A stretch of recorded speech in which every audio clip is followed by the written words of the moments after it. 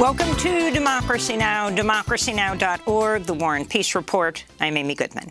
The House of Representatives is set to vote today on a 10-year, roughly $2 trillion bill to combat the climate crisis while expanding social programs. The vote comes after Republican Minority Leader Kevin McCarthy spent more than 8 hours delaying a planned vote Thursday with a long and winding speech attacking Democrats over spending, the border crisis, China, Afghanistan, gas prices, and more. The latest version of the Build Back Better Act is dramatically smaller than initially proposed after conservative Senate Democrats Kyrsten Sinema and Joe Manchin demanded cuts, but it still contains many key elements of President Biden's legislative agenda. Oklahoma Governor Kevin Stitt Thursday halted the planned execution of Julius Jones, a black man who was sentenced to death for a 1999 murder he's always insisted he did not commit. And Jones' reprieve came just hours before he was scheduled to die by lethal injection last night.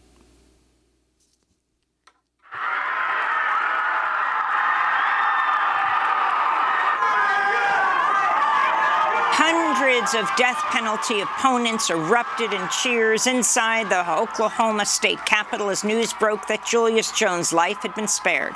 But as a condition of granting clemency, Governor Stitt said Jones will never be eligible for commutation, pardon, or parole for the rest of his life. This is Reverend Christine Bird, a longtime supporter of Julius Jones and his family.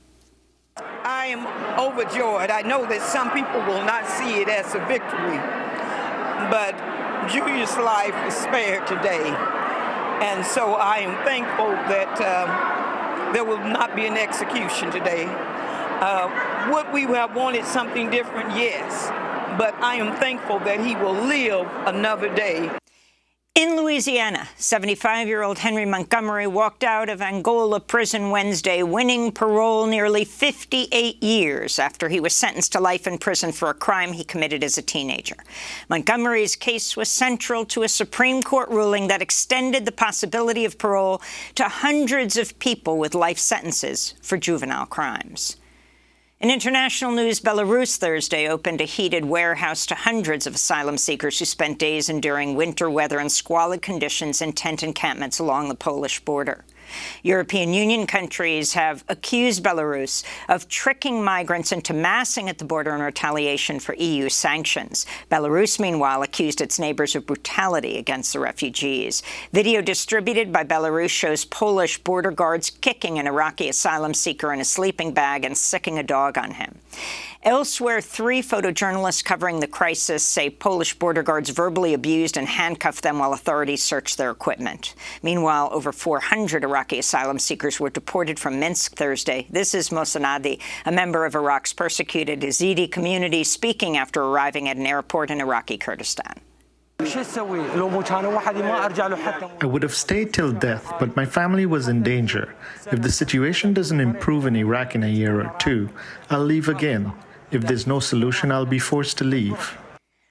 Austrian officials are reimposing a nationwide lockdown and will require nearly all residents to be vaccinated by February 1st after COVID-19 cases hit a record high. It's the first such vaccine mandate in Europe. In Germany, officials said they'll exclude unvaccinated people from some public venues in areas where hospitals are becoming overwhelmed with patients.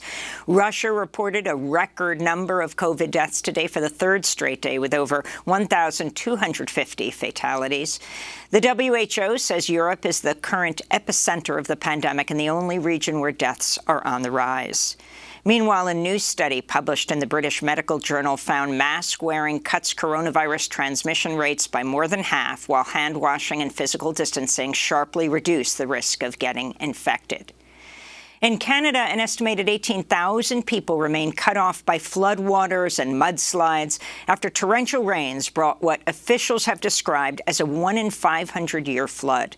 The crisis is on track to become the costliest natural disaster in Canadian history. The disaster struck the same region that endured record-shattering temperatures and unprecedented wildfires over the summer brought on by the climate crisis. Later in the broadcast, we'll go to British Columbia, where Canadian police have raided a First Nations blockade to prevent construction of a new pipeline on Indigenous land. In Kenya, The United Nations warns some 2.5 million people are struggling to find food after a searing drought killed off livestock and led to widespread crop failures. Parts of northern Kenya have received less than 30% of normal rainfall levels. Brazilian government data show deforestation in the Amazon rainforest has reached its highest level in over 15 years, increasing by 22% in the past year. At the recent UN Climate Summit, Brazil pledged to end and reverse deforestation by 2030. Meanwhile, in Ecuador, a historic hearing was held this week in the Amazonian jungle over a plan to expand mining in the region, which indigenous communities oppose and say cannot go ahead without free and informed consent. This is the Guarani activist and 2020 Goldman Environmental Prize winner, Namanti Nankimo.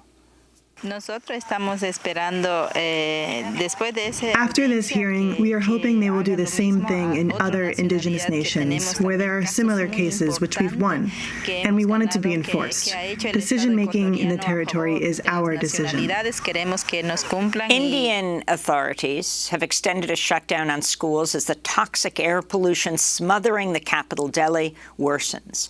All schools and colleges are now indefinitely closed, and over half the city's 11 coal-based power plants have been ordered to stop operations. In other news from India, Prime Minister Narendra Modi announced his government's withdrawing the highly contested agricultural laws that triggered mass mobilizations across India over the past year. It's a major victory for farmers who argued the reforms deregulating agricultural markets would eliminate key labor and income protections.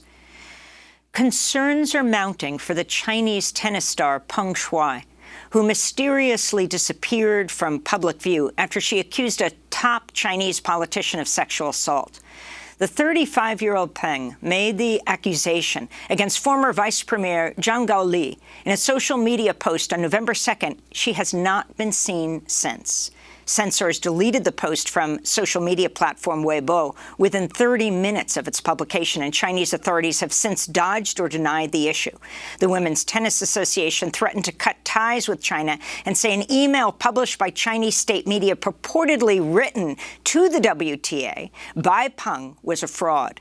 Tennis's biggest names, including Naomi Osaka and Serena Williams, have tweeted out messages of support with the hashtag #WhereIsPengShui.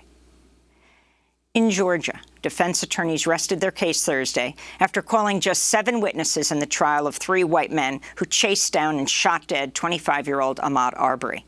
Under cross-examination, Travis McMichael conceded Arbery did not threaten him in any way before McMichael took out his shotgun. He also conceded that his claim that Arbery grabbed his gun contradicted what he told police hours after the shooting. Outside the courthouse, hundreds of black pastors, including the Reverend Al Sharpton, gathered for a rally a week after a defense attorney unsuccessfully attempted to ban them from the courtroom. Closing arguments are scheduled for Monday.